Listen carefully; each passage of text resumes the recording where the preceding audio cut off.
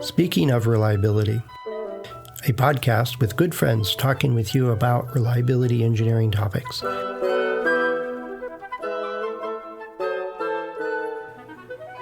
right. Welcome to Speaking of Reliability. This is Fred Schenkelberg.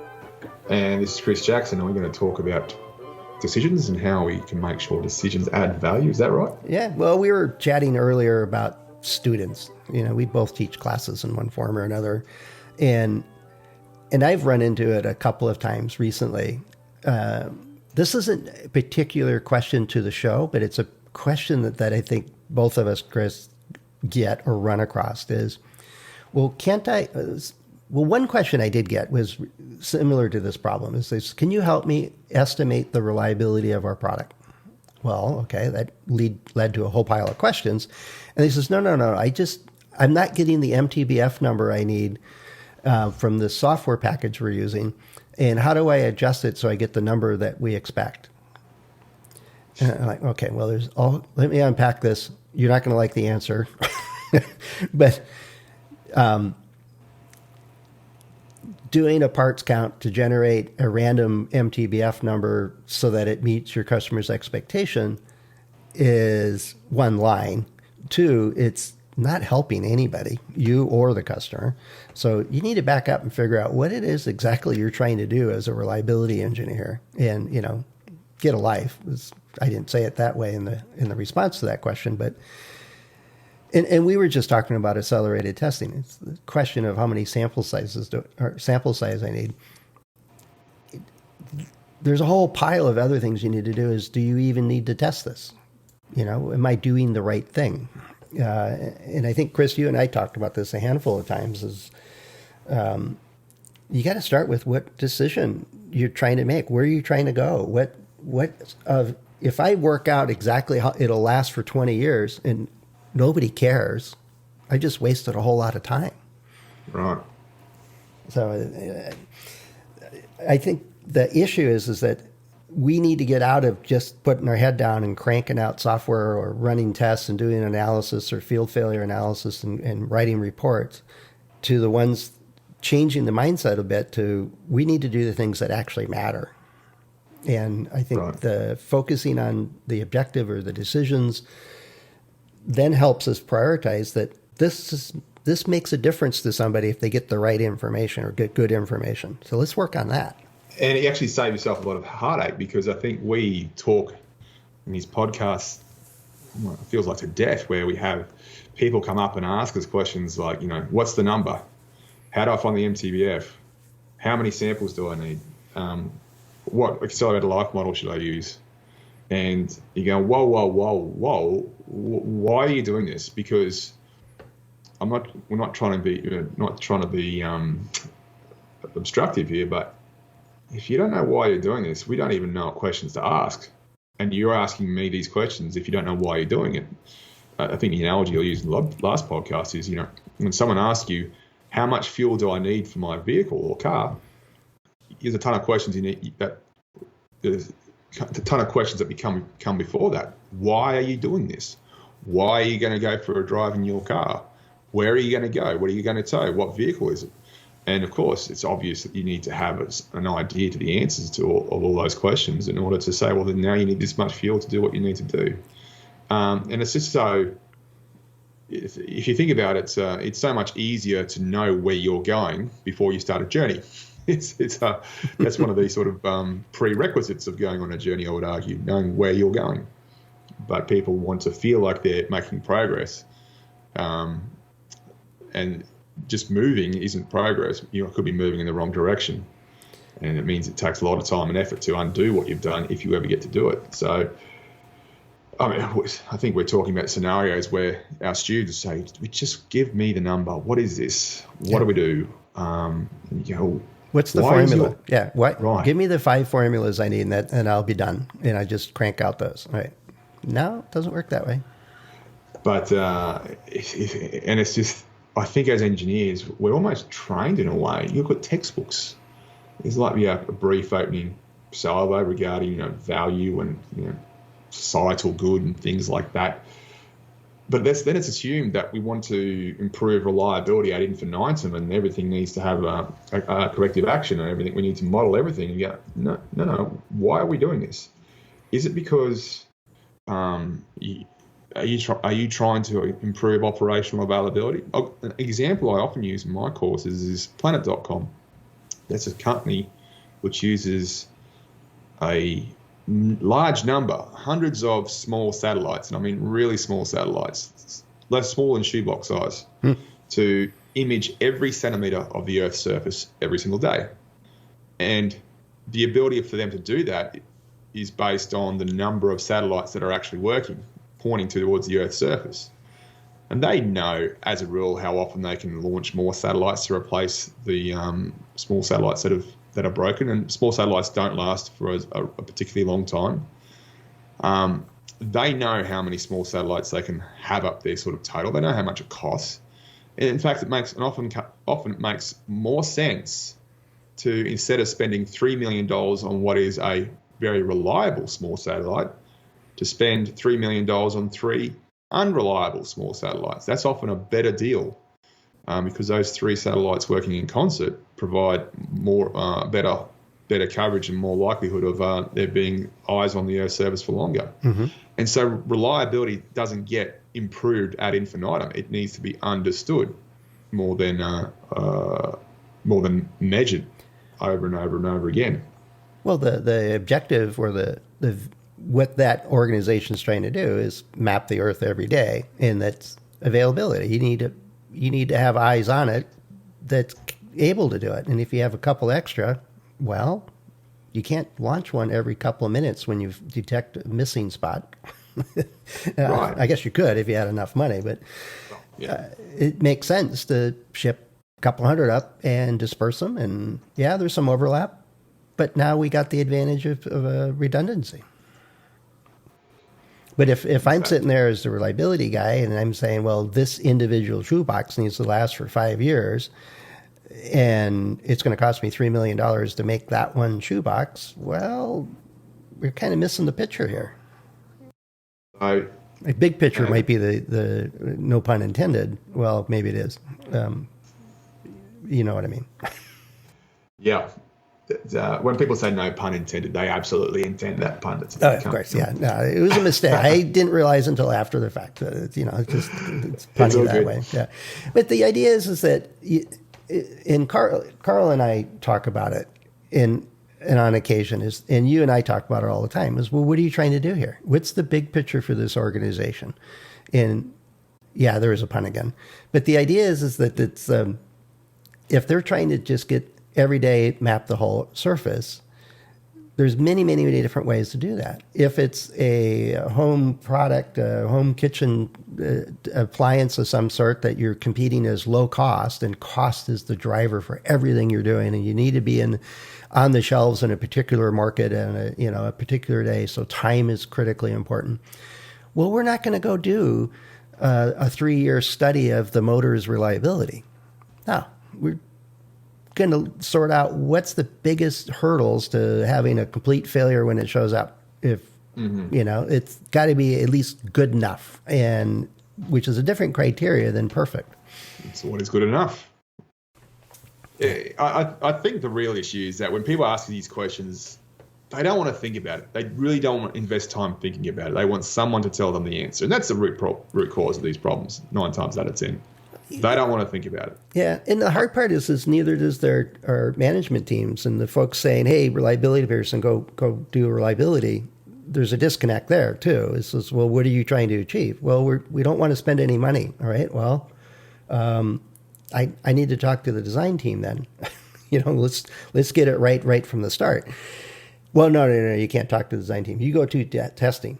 So you don't want to spend any money, yet you're going to send me in a lab with a bunch of test equipment and no samples. Well, that makes a lot of sense. Come on. It just takes a few questions to help our teams understand, if they don't have it already, is, well, what is it that's important? Is it operational availability? Is it low cost, but it works for at least a year? Is it ease of manufacturing? What is it we're trying to accomplish? And be very specific about it. And then I think it becomes a lot easier to align with that.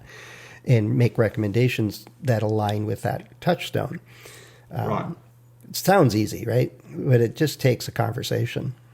Well, I'll give you an example, real world example. I use this example a lot. It's a fantastic example where a mining company essentially wanted to improve. The edict came from above. You need to drive down the amount of servicing you do, reduce the mean preventative maintenance time, the weekly mean preventative maintenance time down to 6 hours. Has to go down. And you go, okay. Well, they did that, and of course, failures went through the roof. Right. We had these poor old maintainers who were trying to do servicing between shifts, and it was just didn't work out well. And what that represented was a complete lack of effort in trying to understand what that organisation values, because I actually value operational availability more than anything else, and service duration is just but one part of it. And so when we're able to say, you know what, this is why we achieved a reduction in servicing duration. We just stopped doing some of the tasks. That's all that. We don't have to think about it. We don't have to work towards it. We just don't have time to do everything that we're supposed to do. So we prioritised, and the low-hanging fruit fell off. There's not a lot of thought to it. But if you allow us to focus on operational availability, well, then that's actually pretty flexible, because we ended up coming up with a as opposed to a weekly downtime period, we came up with a fortnightly or bi-weekly downtime periods. Every 2 weeks, these vehicles would come offline, but they were able to come offline for a lot longer. And it went to 11 hours over 2 weeks. And that also was accompanied with some changes in lubrication, changes in some of the consumables, so that those consumables would last longer. And so that came at some cost. But we're able to reduce the downtime, the average weekly downtime to 5.5 hours. So we exceeded this mandate from above on average by 30 minutes a week by looking at it from a different perspective. Did servicing every 2 weeks. Servicing was of itself longer, but because it was occurring less frequently, the amount of downtime was reduced overall. Well, you can really imagine how that would work if you're on a big vehicle, for example, and it takes you an hour just to access what you need to maintain. You save all that time of just getting access. Just do it once and get more done. It wasn't just access. It's a half-hour drive to get there. There's that too. Yeah. But yeah, it's just there's a rush to feel like you're doing something. Okay, here's a metric we can touch it, we can understand it. Let's say we'll do less of that, but no understanding about what was valuable. And all of a sudden, when you say, hey, we actually value operational availability, not how long it's down for each and every single time, that's a factor which allows us to calculate operational availability. But if you spend more time offline per incident, but the incidents are few and far between, that might be a good thing. So yeah, you got to really think about what it is you're trying to achieve before you have ridiculous edicts about that could really ruin your day. Well, it's easy to pick maintenance time as a KPI, and some managers, being counter type, is saying, well, we need to reduce that. That's a big cost. And if they don't have that balancing measure of, well, what's my uptime? I use the example of procurement organizations all the time. They usually have an edict of 10% cost reduction year over year. And it's like, you can do that until we're bankrupt. That's fine. And you're paying nothing. Customer or suppliers are paying you to be in our product, but nobody buys them because they don't work. And getting the procurement organization to understand that their decisions impact product failure rates and warranty costs is a revelation for some of these folks. But they pick a number and their bonus is tied to it, and they'll drive on that as hard as they can to reduce it or maximize it or do whatever. But they're ignoring, well, we actually need to be profitable, and we actually lose market share if the customers, pick up our product and it doesn't work. They'll go somewhere else. There's lots of options. So are we solely focused on reducing warranty costs? No, we're probably interested in profitability or market share or customer satisfaction or brand, I don't know, all kinds of different things that could be in a product consumer product type company. The trouble is when you get into the design cycle of those, it might be all about cost reduction, or it might be all about hitting the schedule, everything else be damned. But having that clear picture of what are we trying to do overall? What's the objective, whether it's operational availability or profitability or market share, then we get a touchstone that says, all right, that builds a set of constraints around what we're trying to do and gives us particular options, as your example illustrates really well, Chris. Just driving down maintenance, irregardless of our operational maintenance, if that's the objective, we're trying to reduce costs so we don't go out of business, well, even then, you and I would probably say, well, you need to look at how many more failures you're getting and what's that cost you. It's the same with product. I can drive the component cost way down, but if instead of part per million failure rate, we get 50% failure rate, well, there's still a cost. It's just that you're not calculating it or including it. It's funny how people who are smart can essentially almost deliberately put their brain into neutral to just pursue these very selfish short-term goals. I mean, the easiest way for me to spend less money on fuel for my vehicle is to buy less fuel. Well, don't go anywhere. That's irrelevant because my KPI, Fred, was to spend less money on fuel. Yeah. I mean, I can't go to the hospital, I can't go to work, I can't get groceries, but I'm spending less money on fuel. Oh, look at all that savings. The price of fuel is, that's worth it. So my bonus goes to the roof because that was my KPI for that year. It's that sounds stupid, but so many corporate organizations with lots of old white guys in suits tend to have that culture because they don't want to actually think about what it takes to realize fantastic gains, especially when it comes to reliability. And that's actually an opportunity for most because it's surprisingly common. The laziness when it comes to critical thinking is endemic. So it gives you guys who are listening to us an opportunity because if you start taking it seriously and understand that, hey, if I invest $10 more up front, I might save millions of dollars of failures later on, then you're just going to be a market leader before you can say, oh my God, that just happened. Yep. So there's a huge opportunity because it's so endemic that for you to take advantage of it. Yeah. Well, one last example that just came to mind is that this one organization was losing market share. They were having a horrible time. And I know I've used this example a couple of times, and they had all this field data and they had failure analysis down to the major components of their system. And so I just did a Weibull plot, fit a Weibull distribution to each of those subcomponents and then the overall one of it. And so it was like apportionment, basically, but not a single number for each one. Each one had their own curve. And three of the things were in the noise. You could double their reliability and nobody would care. But two things, one affected the early life. It failed during installation almost all the time. And then once it got installed correctly, it never had a problem. It was part of the chassis actually would be cracked and stuff through drops and transport processes and install processes. And the other one was some other component that wore out. And it just was one plot, explained briefly what it was, and they says, oh, we need to fix that and that. And if we fix those two things, we can improve the reliability dramatically. And it was like the light bulb went on. It was like I didn't have to think for them. I just showed them, here's what I'm seeing. But they were using single point, failure rates, averages over whatever duration of information they had. And they were working on those three things that really didn't matter because they liked working on those things. They were cool. Yep. Like, no, come on. You've got all this data. Use it.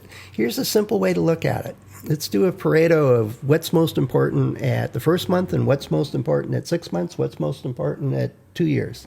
Okay? Go work on those. You'll make a difference. And yeah, sometimes the right graphic, sometimes, using the data you have and presenting it in a different way helps people see those issues. But the overall piece is what is important overall for the organization. Mm-hmm. And And then what does that present as options and ways to go? The current metric of the day may or may not be the right one. Let's think about what we're trying to do first. And that's what you've been getting at, Chris, for many, many podcasts. Well, you need to actually think. Damn it. Yeah. Have to think. Yeah. So anyway, if you're thinking about this and listening to this thing and have a question or two for us or have some thoughts on it, that would be cool. Head over to accendoreliability.com/go/SOR, and you can leave your thoughts or your critical thinking, thought-provoking questions for us at accendoreliability.com/go/SOR. Chris and I and the other hosts are available through LinkedIn or through our About pages at Accendo. There's lots of ways for you to let us know what you're thinking about. I'll put it that way. I don't know. Chris, I think we're going to have to dig a little deeper. I like your new analogy of if you don't know where you're going, you don't know how much gas you need. That's a good analogy. I think we'll have to write that one down somewhere. Is it too late to put in your book? Yeah, probably. Second edition. Right. Yeah. No. Well, plenty else to do before I get to a second edition. So, in the meantime, we'll just have a good time and think about answering questions for people that have them. Absolutely. Till next time, friend. Yeah. Thanks. Talk to you later, Chris. Cheers, Red. See ya. Thanks for listening to Speaking of Reliability. We invite you to join the conversation. If you have a question or a topic that you think we should discuss in a future show, please let us know. You can find a comment box below the episode show notes, or just leave a note as part of a review on iTunes.